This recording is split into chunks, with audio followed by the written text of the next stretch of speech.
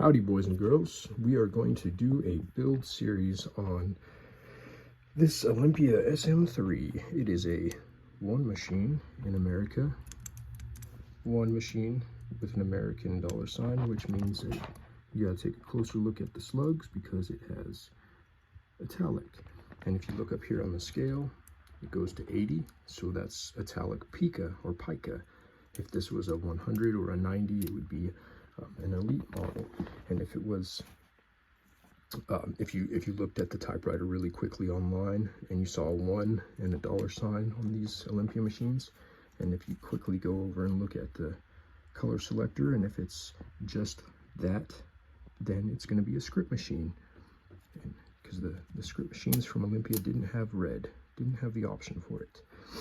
So what we're going to do in this series is I'm going to show you everything that I do when I go through an Olympia machine to dial it in to get the best performance I could possibly get out of an Olympia machine.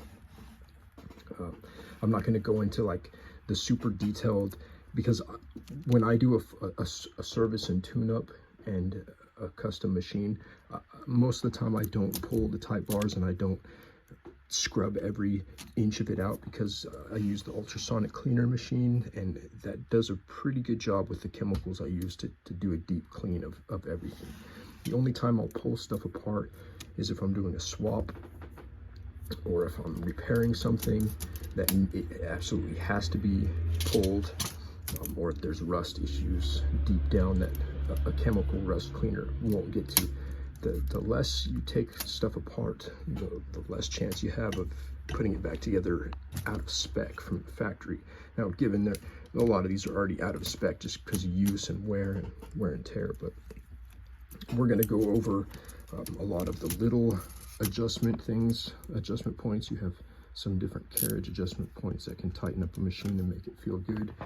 You got your carriage fore and aft and left to right, and different adjustments you can go through. Then we have some adjustments on the bottom that we can look at. There's some adjustments here, and then there's some adjustments down in here. And when I first get a typewriter, the first thing I do always is just strip the shell off. So if you're following along and you'd like to tune up an Olympia machine to get the best performance touch feel you can get out of it, the quickest, the most responsive, like factory feel you can get out of your Olympia, it's going to have to be completely cleaned. When I first get a machine, I pull it out of the shell, and what I'll do is I'll just hit it really quick with some sort of penetrating lubricant just to free up things, all these segments. On the Olympias, there's going to be 3 segment slots. Now, everybody talks about these segments up here, and that's fine. You got to clean that out. That's important.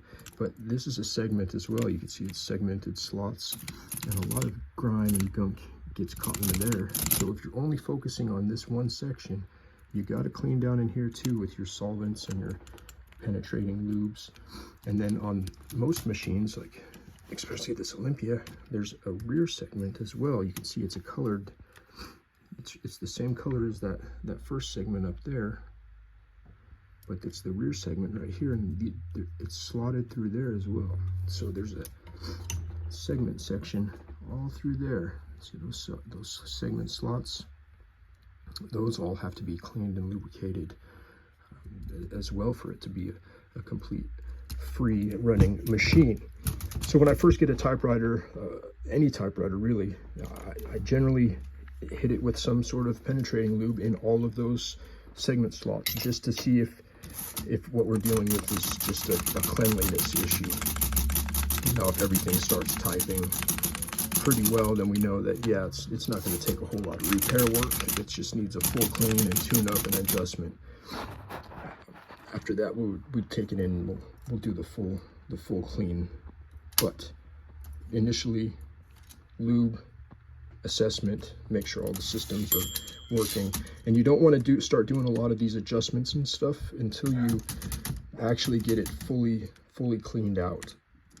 And fully clean, I do mean fully cleaned, guys. Like, you can sit here all day with the cotton swabs and wipe all this stuff out, but it really needs to be cleaned out. And if you're afraid to take apart a typewriter and get in there with some solvents and some sprays and just douse it and go at it. It's not going to hurt it. Just be aware of the keys and any kind of paint and kind of paint like this. This stuff comes off. These dash marks come off. This stuff comes off.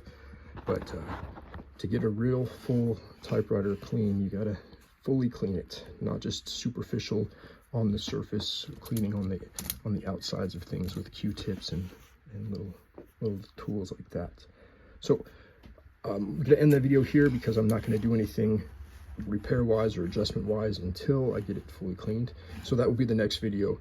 We'll have a fully cleaned typewriter sitting here, and then I'll start going through all of the adjustment points on an Olympia SM3. And I'm going to start with this series because this is the easiest series, most straightforward typewriter to self-service at home. I know a lot of folks say the Smith Coronas are pretty easy to work on at home, the 4 series, the 5 series, but I would say the Olympia is a close second, if not top, if it's not the top machine to service at home.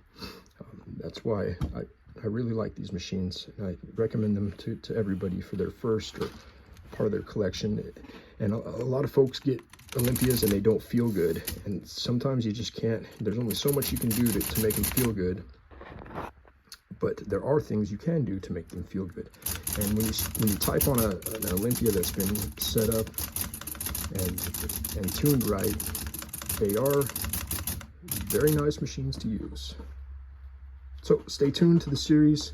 We'll get back to you. I don't know if it's going to be today. I have a lot of other stuff going on. This is just kind of the initial breakdown.